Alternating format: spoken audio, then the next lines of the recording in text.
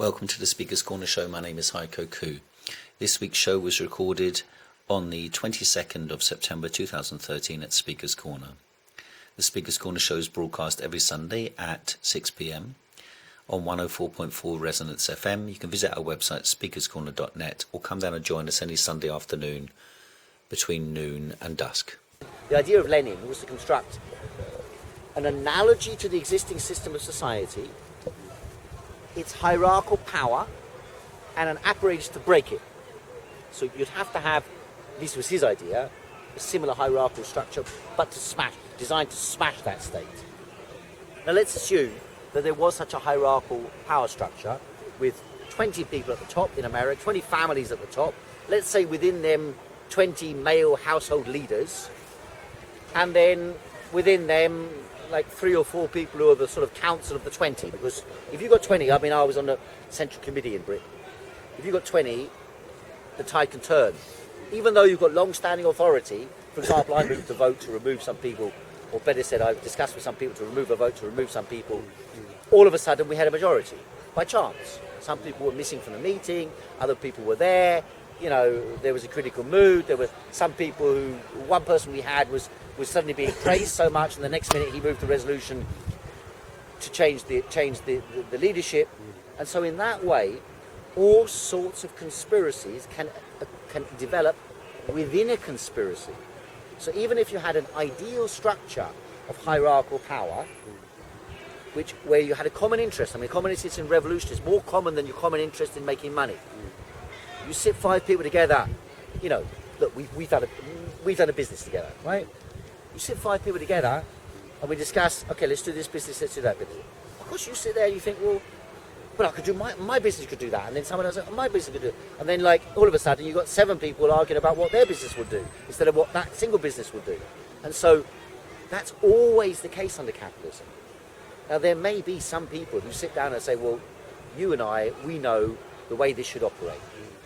And you sit there, you discuss it out, and you work out, and you've got the same philosophy, you came from the same school. That's why actually these coalitions form, because the Chinese, they used to say, as a phrase, if 3 mouths speak as one, you can turn the world to gold. So when you can get people agreeing on what they're saying and propagating those views, then you have a powerful force. I mean, you know that Christianity, you know, you have a concept, the Bible, a belief system. It enables you to go to the outside world and seek out commonality with other people.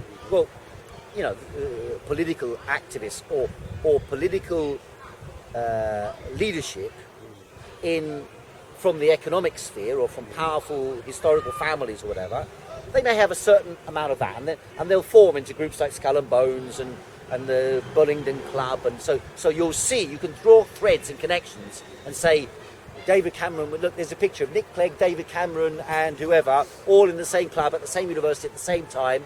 It's a conspiracy. But then, if you actually sit in the cabinet office and you hear them, and then you put a bug in their house and you hear how one's attacking the other. Look at this, a Gordon Brown story with Tony Blair. You know, there they were, the allies who united to control Labour. Thereafter, they were fighting each other like cats in a bag, like dogs in a bag. So, I mean, I wish it was as normal as that. I don't believe that. I think that the people who are, and they haven't got a hierarchy and they're just sitting there, they're behind the scenes, the secret government, I think that they have a very different kind of rationale of just divide and conquer, destroy, deindustrialise, reduce the population from 7.5 billion slowly but surely, and take our power away without any more hassle than they want. And they also want to reveal that they're doing this ahead of time because they're very deeply religious people who believe that they get power out of our compliance. I think those people work on a very different rationale. How would you explain, according to that theoretical framework, how would you explain something like the People's Republic of China? Are they part of this? A bit of both. Some of them are part of it, and some of them are not. So there's definitely a battle there. And China's their model. So the New World Order, the globalist model. They like the way the Chinese run their country. That's how they would like to run the world as a New World Order. But the chance is there's always a danger that China would double cross them and have an alliance with Russia, who are certainly much less in with them than not. Russia are nationalist in the sense they want people to have children, they want their country to grow, and they aren't as certainly in as standing by at some level with Iran and Syria, which are the last three blocks, the things between them and their new world order at one level. But people and guns in America and a few other things too. Was precisely, in my view, the last few weeks. Someone's come up to me a few minutes ago and said things are changing very fast, aren't they? And it's true. I mean, the front page of the Economist, it's not everything, but it's significant. This week is the wounded West, and I think that's true. I mean, really, they've taken a battering. They've taken a battering, not because the members of Parliament have got a conscience, or because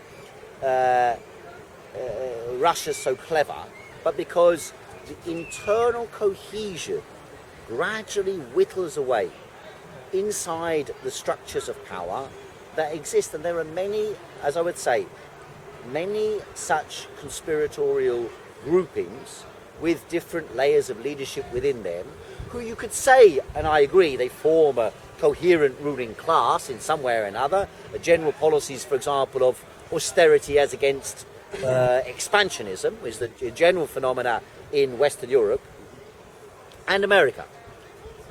And that's where there's a tenuous link between what you're saying with China, for example, because China and Russia have got quite different interests. The Russian elite, who in theory were about to capitulate to America, well, when Putin came to power, that changed. I mean, Putin is no poodle of the West, and the Chinese certainly are. What do you think he wants? He wants a re-establishment of the internal authority of the ruling elite in Russia, part of which is to establish international prestige for Russia, which includes Russian spheres of influence have historically been related to countries that used to be former Soviet satellite states and ex-colonial states that used to have quite good relations with Russia, as Syria, Egypt, and so on. And therefore, they hope that this elite backgrounds of some of these people will remember this type of thing and think that this is a nationalist question against, So you think he wants personal power? Well, I mean, he's already got a lot of personal power. Yeah, I know, but there's no doubt about it that Putin's prestige inside Russia has gone up enormously in the last 2 weeks, right? Here it is. Russia has been defeated one time after another since the Cold War, since the collapse of the Soviet Union. And all of a sudden, Putin's pulling the shots. I think Putin doesn't want to capitulate with the globalists unless he absolutely has to, and he will have to do a deal with China to beat them if he has to. But he has to stand up from where he's at, or he has to go in with them, and then he's got to try and do a deal with New World Order. But when you say about the West has been blooded, it's sure that there are elite, the generals probably, who've stood up and said to Obama, you can't do this, you mustn't do this, or whatever. There's some hierarchical what's the word? Attacking Obama and the globalists who are behind him. But ultimately, America have self-bloodied their nose time and time again. They deindustrialized over the last many years, putting a lot of their work over to China that they didn't need to.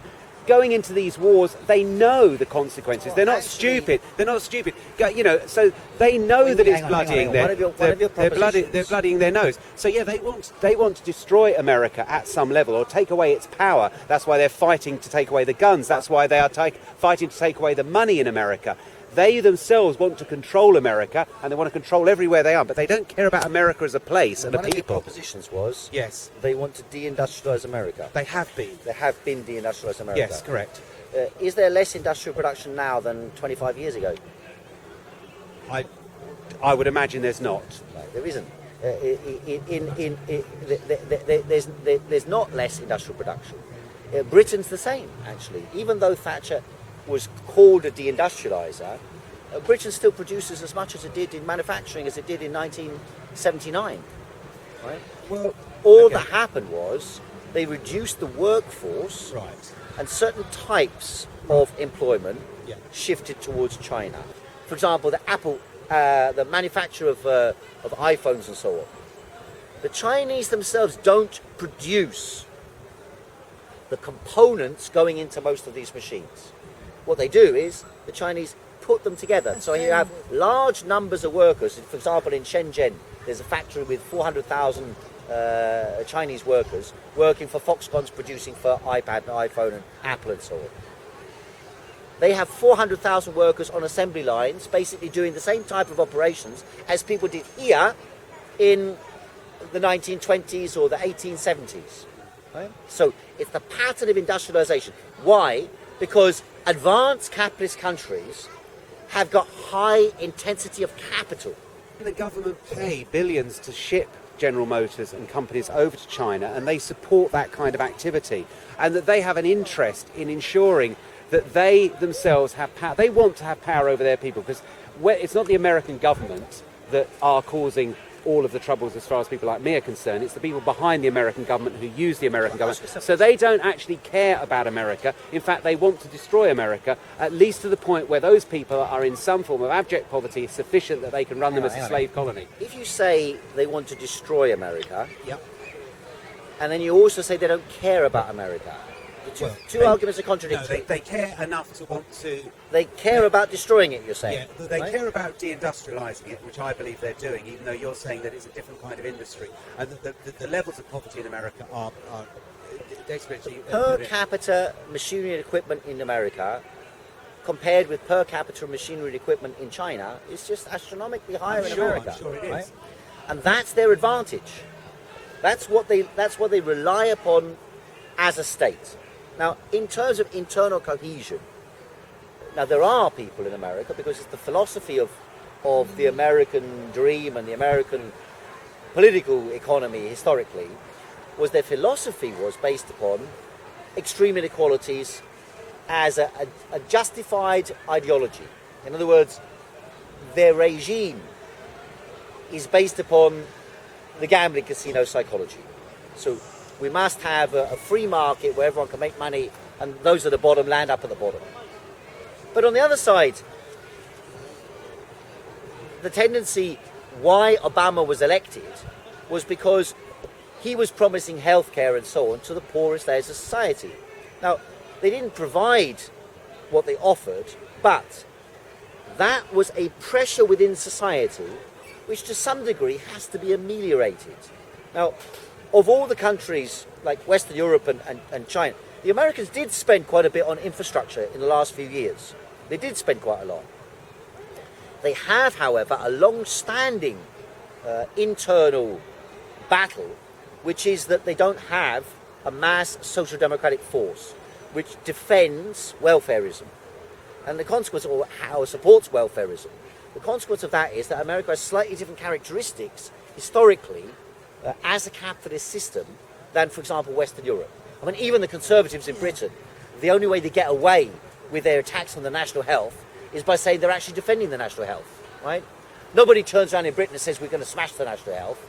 It's the leftists who turn around and say they are smashing the national health. And the Conservatives say we're not, it's safe with us. All we're doing is changing and reducing the bureaucracy. Right? So the arguments are in a different paradigm in Britain than they are in America. But that doesn't mean, although it, well, on the one side it does mean that the ruling elite in America have more autonomy from political interference, from the masses, from the trade unions, from social democracy, welfarism, than the governments of Europe do. Yeah. When they try to do reform in Greece, for example, you know, there's been like 15 general strikes in Greece in the last 2 years.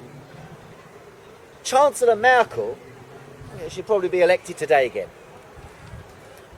She wants to implement cuts upon the Greeks, but at the same time, every time there are warnings from within the establishment in Germany which say, push too hard and you'll have a fascist government in Greece. Or push too hard and you'll have a communist government in Greece. And so, at what point do they suddenly retract and turn around and say, we're not going to do that? And actually, funny enough, I think it's the candidate standing against Merkel is, I think his name's Steinbrücker, if I'm not wrong. Steinbrücker. He turned around last week and he saw the way things were going, and he shifted his arguments and said, we shouldn't treat the Greeks so badly, we should invest money in them. All the arguments which have been unpopular, he's suddenly positioning himself in that direction. Look at Ed Miliband, the same thing this week. Ed Miliband suddenly, actually started with the war thing, suddenly ended about his profiling to the left. Right? Repeal of the bedroom tax. Yes, he turned around. What did he do? In order to profile to the left, he thinks, who's the leftist in London? Heiko, Khoo. So what does he do? He says, I'm going to go to Brighton, I'm going to stand on a platform, and I'm going to speak. Okay, use the microphone, I don't. I'm going to speak to people and look like a soapbox orator. Traditional Labour. That's what he did, right? Good for John Major. It worked for John Major. Well, that's right. But do they listen to me? Do they? Heck, you know. But the How long did it take the idiot? It's It's taken him a while, though, isn't it? The fundamental difference with myself and yourself is that I don't see it as capitalism, even in the shape and form. I just don't see what goes on most of the time as capitalism in any sense of the word. But also, you speak what of systemic form okay, well, operates? whatever, because it's so rigged and so that there's the normal sense of capitalism is not at work. Right, but the other thing is that you talk about the elite in America, and I think that the elite that I'm talking about are not in America. They might influence America and even physically sit there some of the time, but they are globalists. They don't have an interest in America. They don't care about anything but themselves and their ruling ideology, which is that they're transhumanists, they're eugenicists, and they're determined to take this world into a new phase and to reduce our population, experiment on us, and to use us in their grand experiment for the next phase. And that's who is seeking to run the world. Now, I'm not saying they're going to get away with it necessarily, and I'm not saying that they necessarily comfortably run the world without battling elites within and around them. And they could themselves be taken over by another elite, possibly. But for 200 years, these people have been at it, in shapes and forms, in family heritage, interbreeding. They've been at it. And it's fairly well documented to, I think, not a particularly disputable manner. I mean, if you try and dispute it, fine, but I've heard nobody really be able to do that.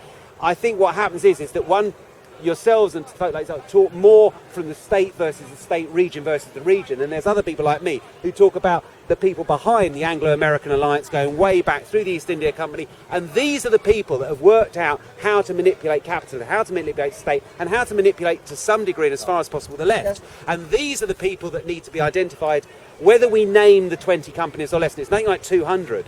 You know, some people say 13. The Council of Rome, these groups, these subgroups that themselves these people are made up of, these are the people who are interested in going to Syria and putting the pressure behind Obama, Haig and all that, and whatever's over those people. Why do they fail then? Pardon? Why do they fail? Well, yeah, I give you that. But they said that they were going to do this. You know, there's that famous article by Seymour Hersh wrote the famous article Reconstruction. Let's take one scenario. They've had themselves knocked back. But let's just see whether they can get away with it, how far they are to go. Let's take one scenario then. Right. Just one scenario. Right. Let's assume that 20 people, No, 20 families. 20 families had a universal global plan to Yes. bring about X, Y, Z. Yeah. The Illuminati. But which included, well, it doesn't matter what their name is, does it? No. Rose by any other name. Yeah, whatever. Let's assume then that one of their components was conquer Syria, you know, smash the regime, take on Iran, do so on, you know. Balkanize, A plan for what they would do in the region. However, it goes wrong. Yep, that's gone wrong. What happens when 20 people have a common plan and something goes wrong with it? When their next meeting happens, what do? You tell me what you think. They fight each other. I'm They sure there is- apportion blame, they fight each other, Sure. and they reorganize and realign the leadership. Now, maybe they've got a self-enclosed 20 people, I don't know. But I can tell you this, I've worked, like I say, in groups that are supposed to be revolutionary organizations to bring about change with one idea and concept about what that change will be. yeah. And yet, although I worked with those people for 30 years, and they kept a relatively monolithic theoretical framework throughout that 30 years, and tactical and strategic policy. Still, when the shit hit the fan and we disagreed on something, the whole thing broke apart, you know, across the entire world. But what happens if you yourselves were the bankers behind the bankers, this Well, lot? exactly. No. You'd Supposing be you even more though, into these sides. in your failure, if you failed to do this, would possibly be brought to court and possibly, you know, executed or put in prison for the rest of your life. What would change? How would that change the dynamic in terms of continuing on in your particular? Let me give you another example. Just this morning, I believe it was announced that the former leader of Chongqing a man by the name of Bo Xilai. It's the headline of the news on the BBC What's today. Chongqing again? Chongqing's the biggest urban conurbation in the world. It's part of China. Oh, right, okay. And this guy Bo Xilai was on the news recently. He was done for corruption. He's been sent to prison now today for life. Yeah. Now, Yeah. only a year and a half ago, he was tipped to become the leader of China, right? Which according to some surveys now says is the #1 manufacturer in the world. Right. Almost nobody denies that China will be the #1 producer in the world within 10 years. Almost, I don't think there's anybody denies that. Right? So, and here we have, some people say, a combination of the political centralization of the type that I was talking about a little while ago, Marxism, Leninism, democratic centralism, political ideology, Marxist theory, guiding their action, at least in theory. Yeah. At the same time as you've got a business elite associated around it, very tight-knit business elite who they're connected with as well. So here you really have a conspiratorial group, which can be called the Central Committee, the Politburo, Open. you know, and an 18 million strong party. Yeah. Right? So there you have, if the world was controlled by people like this, then you could really turn around and say, here we've got a group of people who run the world. That would really be the case. Because the group of people in China, they do run China. I don't think there's any doubt about that. In America and in Britain, that isn't the case. It isn't the case. Now, it's an interesting argument because one of the strengths of the West is the fact that it isn't the case. And the weakness of China is the fact that it is the case. Right? Because like in Egypt or in Tunisia or in Saudi Arabia or in China, where you have a tight-knit elite who control the political process through dictatorial means, you have a target to overthrow, which is far smaller and simpler to overthrow than a system that as soon as, let's say, if I come for you, oh, Mark was to blame for that. Let's grab him, you know, turn on the witch. So the whole, you know, the people take to the streets and say, down with Mark, right? Next second, you're gone. Who's to come next? If you're gone and you've got a tight-knit dictatorship, well, then we've got nothing to replace you with. Who knows what will happen? On the other side, if you're gone and the other guy turns around and says, I always told you he was a lot of crap, join my party. Let's have a vote. You know, then we have a vote. We've got him elected. You're out. Same game going on, but you're out the window. Different face, slightly different appearance, slightly different policies. Let's give them a try, you know. And in that way, the system of Western democracy is more stable than the system of dictatorship. Now, the argument, however, is, and that's my opinion, the argument, however, is that the Chinese Communist Party is an exception to that. That it hasn't fallen in the Jasmine revolutions. Remember a couple of years ago when Egypt went, the newspapers in England were full of stuff, China's going to go any day. Someone's called for Jasmine revolution at McDonald's, and there's going to be a revolution in China. Actually, there were 50 American reporters at McDonald's, one demonstrator, taken away straight away, and that was it.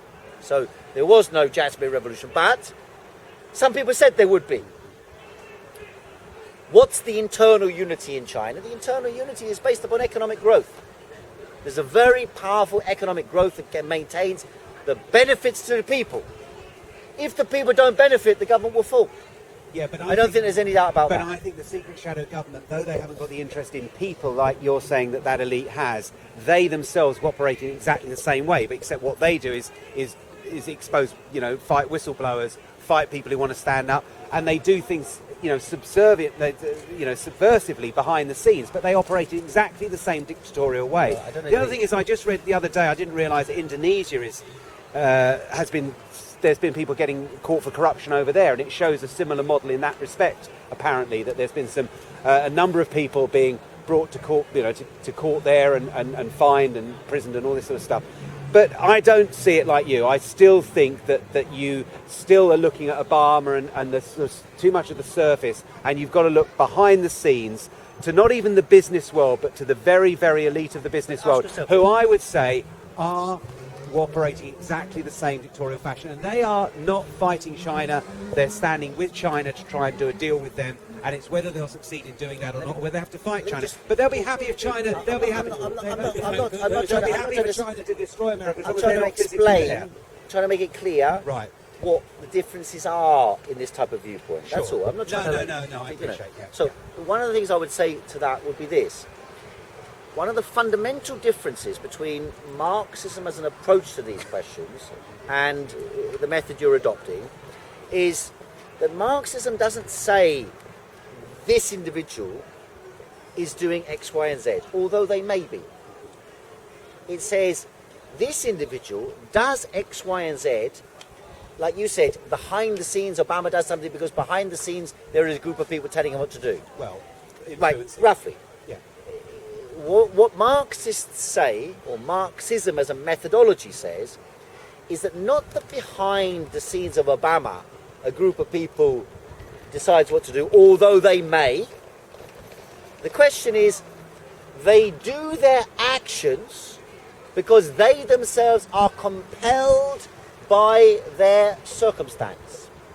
So, just for example, as if you go to McDonald's or Pret-a-Manger or the Speaker's Corner Cafe, and you go and look at the way in which the relationship exists between the supervisor, the manager, and the worker, and you will notice a pattern of behavior that if you take them outside of that, if they weren't in that environment, if they were living in a quiet village in Guatemala by the beach, picking bananas and fishing for fish, those relationships between them would not look like they do.